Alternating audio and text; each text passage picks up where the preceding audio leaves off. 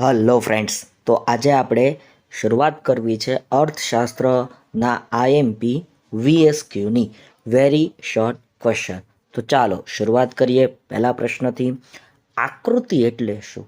વાલા મિત્રો, આકૃતિની તમને અહીંયા વ્યાખ્યા પૂછી છે. તો સામાન્ય રીતે અવલોકિત માહિતીનું ચિત્ર દ્વારા પ્રતિનિધિત્વ થાય એટલે આકૃતિ. ભાઈ, અવલોકિત માહિતીનું ચિત્ર દ્વારા પ્રતિનિધિત્વ એટલે આકૃતિ. ત્યારબાદનો સવાલ તમને કંઈક આવો પૂછ્યો છે, આલેખ એટલે શું? તો આલેખ કોને કહેવાય ભાઈ?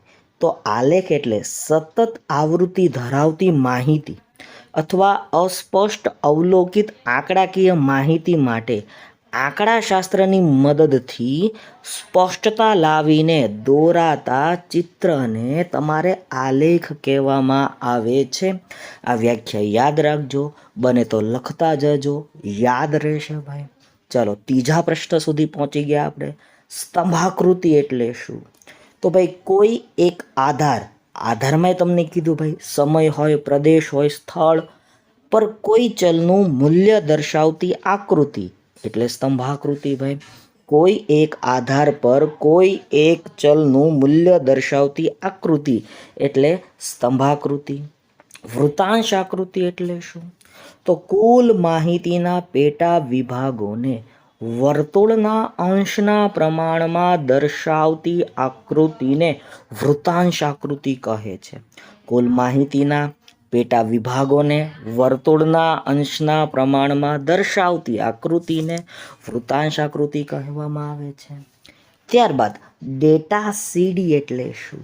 તો અર્થતંત્રની વિવિધ આંકડાકીય માહિતીનો સંગ્રહ કરીને તૈયાર કરવામાં આવતી કમ્પ્યુટર ડિસ્કને ડેટા સીડી કહે છે. ફરીવાર, અર્થતંત્રની વિવિધ આંકડાકીય માહિતીનો સંગ્રહ કરીને તૈયાર કરવામાં આવતી કમ્પ્યુટર ડિસ્કને ડેટા સીડી આવું કહેવામાં આવે છે. ખાસ યાદ રાખજો. આકૃતિ એટલે શું? પ્રશ્ન પાછો રિપીટ થયો.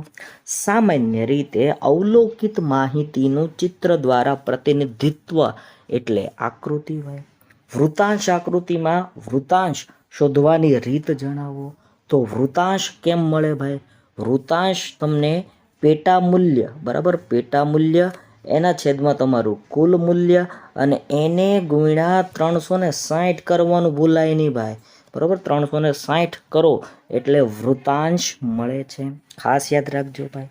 સામાન્ય રીતે આલેખ શેના પર દોરવામાં આવે છે? તો સામાન્ય રીતે આલેખ પેપર ઉપર અથવા ગ્રાફ પેપર ઉપર દોરવામાં આવે છે, બરાબર. બંને રીતે તમને જવાબ આપ્યો હોય તો એ સાચો બને છે ભાઈ. સ્તંભાકૃતિના 3 પ્રકાર જણાવો. તો સ્તંભાકૃતિના 3 પ્રકાર: સાદી સ્તંભાકૃતિ, પાસેની સ્તંભાકૃતિ અને વિભાજિત સ્તંભાકૃતિ. ભાઈ, સ્તંભાકૃતિના કેટલા પ્રકાર આપ્યા? આપણે સામે 3 પ્રકાર આપ્યા. યાદ રાખજો ભાઈ. આલેખનો ઉપયોગ ક્યાં થતો નથી? તો આલેખનો ઉપયોગ સામાન્ય જનતાને માહિતી આપવા માટે થતો નથી ભાઈ. ખાસ યાદ રાખવા જેવી બાબત કહી શકાય. આ સામાન્ય જનતાને માહિતી આપવા માટે ભાઈ આલેખનો ઉપયોગ ક્યારેય કરવામાં આવતો નથી ભાઈ. ચાલો આગળના સવાલ તરફ વધીએ ભાઈ. સામાન્ય રીતે રેખાકૃતિ શું દર્શાવે છે? તો ભાઈ, સામાન્ય રીતે રેખાકૃતિ બે ચલ વચ્ચેના સંબંધની રેખા અને ઢાળ દર્શાવે છે. બે ચલ વચ્ચેના સંબંધની રેખા અને ઢાળ દર્શાવે છે. જેમ કે આપણે માંગની વાત કરીએ અને માંગ રેખાની વાત કરીએ તો આ બંને વચ્ચેના સંબંધની રેખાનો ઢાળ તે દર્શાવે છે. પારિભાષિક શબ્દ છે ભાઈ આલેખ. તો સ્વયં સ્પષ્ટ ન હોય તેવી અવલોકિત માહિતીનું ચિત્ર દ્વારા પ્રતિનિધિત્વ એટલે આલેખ. આ પણ વ્યાખ્યા તમે લખી શકો છો. પાછું આવ્યું પારિભાષિક શબ્દ સમજાવો. વૃતાંશ આકૃતિ. તો કુલ માહિતીના પેટા વિભાગને વર્તુળના અંશના પ્રમાણમાં દર્શાવતી આકૃતિને વૃતાંશ આકૃતિ કહેવાય ભાઈ. ફરીવાર, વૃતાંશ આકૃતિ કોને કહેવાય? કુલ માહિતીના પેટા વિભાગોને વર્તુળના અંશના પ્રમાણમાં દર્શાવતી આકૃતિને વૃતાંશ આકૃતિ કહે છે. આકૃતિને આકર્ષવા આકર્ષક બનાવવા માટે શું કરવું જોઈએ? તો આકૃતિને આકર્ષક બનાવવા માટે તેના પ્રકારની પસંદગી કરવી જોઈએ, યોગ્ય પ્રકારની પસંદગી કરવી જોઈએ ભાઈ. સીડી વાપરવાની કોઈ એક મુશ્કેલી તમારે કહેવાની છે.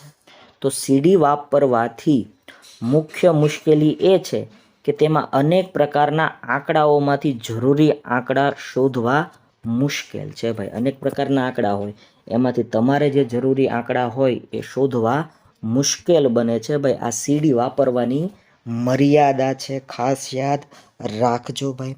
ચલો આગળ વધીએ. આજના આધુનિક યુગમાં કમ્પ્યુટરની મદદથી ઊભા સ્તંભના બદલે કેવા સ્તંભ દોરવાની રીત પણ વધુ પ્રચલિત બનતી જાય છે.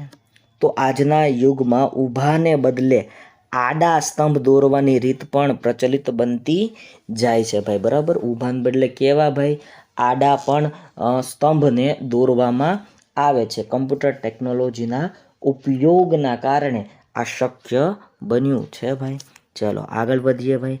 ઇન્ટરનેટ એ કઈ ટેકનોલોજીનું સ્વરૂપ છે? તો ઇન્ટરનેટ એ ડિજિટલ ટેકનોલોજીનું એક સ્વરૂપ છે ભાઈ. CMIE આનું ફૂલ ફોર્મ પૂછાઈ ચૂકેલું છે. Centre for monitoring Indian economy. જો તમને બાજુમાં ગુજરાતી ઉચ્ચારણ સહિત આપ્યું, centre for monitoring Indian economy, આ એનો સાચો જવાબ આવે છે. CSOનું ફૂલ ફોર્મ થાય central statistical organisation. Central statistical organisation ભાઈ, ખાસ યાદ રાખજો, ફૂલ ફોર્મ પૂછાઈ ગયું છે. NSSOનું ફૂલ ફોર્મ થાય નેશનલ સેમ્પલ સર્વે ઓર્ગેનાઇઝેશન, ખાસ યાદ રાખતા જજો. આલેખ કેટલા ચતુર્થાંશ પર ફેલાયેલો હોય છે? તો આલેખ એક કે એકથી વધુ ચતુર્થાંશ પર ફેલાયેલો હોય છે ભાઈ. આલેખ તમે જાણો છો કે ભાઈ આ રીતના હોય, માઇનસમાં જતો હોય તો આ રીતના હોય, બરાબર. તો એક અથવા એકથી વધારે ચતુર્થાંશ પર ફેલાયેલો જોવા મળે છે. એકમ દીઠ બદલાતી રાશિને શું કહેવાય? તો એકમ દીઠ બદલાતી રાશિને ચલ કહે છે. એને કહેવાય ભાઈ ચલ. સ્કેલ માપ વિના શું ન દોરી શકાય? તો સ્કેલ માપ વિના ક્યારેય આલેખ ન દોરી શકાય. પાવર પોઈન્ટ પ્રેઝન્ટેશન શું છે? તો પાવર પોઈન્ટ પ્રેઝન્ટેશનની વાત કરીએ તો અર્થશાસ્ત્રના સિદ્ધાંતો કે અટપટી આંકડાકીય માહિતીને સરળ રીતે રજૂ કરવાની રીત એટલે પાવર પોઈન્ટ પ્રેઝન્ટેશન. આ પાવર પોઈન્ટ પ્રેઝન્ટેશનની વ્યાખ્યા બનાવીને તમને આપી. એક્સેલ વર્કશીટ શું છે? તો આંકડાકીય માહિતીને પ્રોસેસ કરવાનો અનોખો પ્રોગ્રામ એક્સેલ વર્કશીટ છે. આંકડાકીય માહિતીને પ્રોસેસ કરવાનો એક અનોખો પ્રોગ્રામ એટલે શું ભાઈ? Excel worksheet. ત્યારબાદ આધુનિક યુગ કયા યુગ તરીકે ઓળખાય છે? તો આધુનિક યુગ એ ટેકનોલોજીનો યુગ તરીકે ઓળખાય છે. સીડીનું પૂરું નામ કોમ્પેક્ટ ડિસ્ક, બરાબર. ગુજરાતી ઉચ્ચારણ પણ તમને બાજુમાં આપ્યું છે. NSSO એટલે કે national sample survey organisation. National sample survey organisation. CMIEનું ફૂલ ફોર્મ થાય centre for monitoring Indian economy. Centre for monitoring Indian economy. RBI reserve bank of India. RBIનું full form reserve bank of India. CSOનું full form central statistical organisation. Central statistical organisation. WHOનું પૂરું નામ તો world health organisation.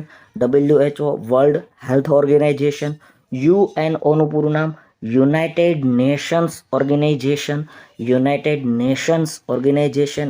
ILOનું પૂરું નામ international labour organisation. International labour organisation. IMFનું પૂરું નામ international monetary fund. International monetary fund. WBનું પૂરું નામ વર્લ્ડ બેંક થાય છે ભાઈ, વર્લ્ડ બેંક થાય છે. આલેખ એટલે શું? તો આલેખની વ્યાખ્યા તમારે અહીંયા દેવાની છે ભાઈ. તો આલેખની વ્યાખ્યા આપણે એકવાર ચેક કરી લઈએ. સતત આવૃત્તિ ધરાવતી માહિતી અથવા અસ્પષ્ટ અવલોકિત આંકડાકીય માહિતી માટે આંકડાશાસ્ત્રની મદદથી સ્પષ્ટતા લાવીને દોરાતા ચિત્રને આલેખ કહે છે. આલેખ દોરવા અને સમજવા શાનું જ્ઞાન જરૂરી છે? આલેખ દોરવા અને સમજવા આંકડાશાસ્ત્રનું જ્ઞાન જરૂરી છે. જ્યારે માહિતીને સતત આવૃત્તિમાં દર્શાવવી હોય ત્યારે શું દોરાય છે? તો ત્યારે યાદ રાખજો ભાઈ, આલેખને દોરવામાં આવે છે.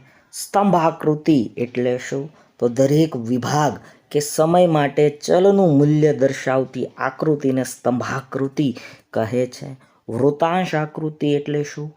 કુલ માહિતીના પેટા વિભાગોને વર્તુળના અંશના પ્રમાણમાં દર્શાવતી આકૃતિને વૃતાંશ આકૃતિ કહે છે. ભાઈ ખાસ યાદ રાખજો, વૃતાંશ શોધવા માટેનું સૂત્ર પેટા મૂલ્યના છેદમાં કુલ મૂલ્ય એને ગુણ્યા 360. આકૃતિ એટલે શું? સામાન્ય રીતે અવલોકિત માહિતીનું ચિત્ર દ્વારા પ્રતિનિધિત્વ એટલે આકૃતિ. વિડીયો ગમ્યો હોય તો એક લાઈક કરો, શેર કરો, કમેન્ટ સેક્શનમાં કમેન્ટ કરો.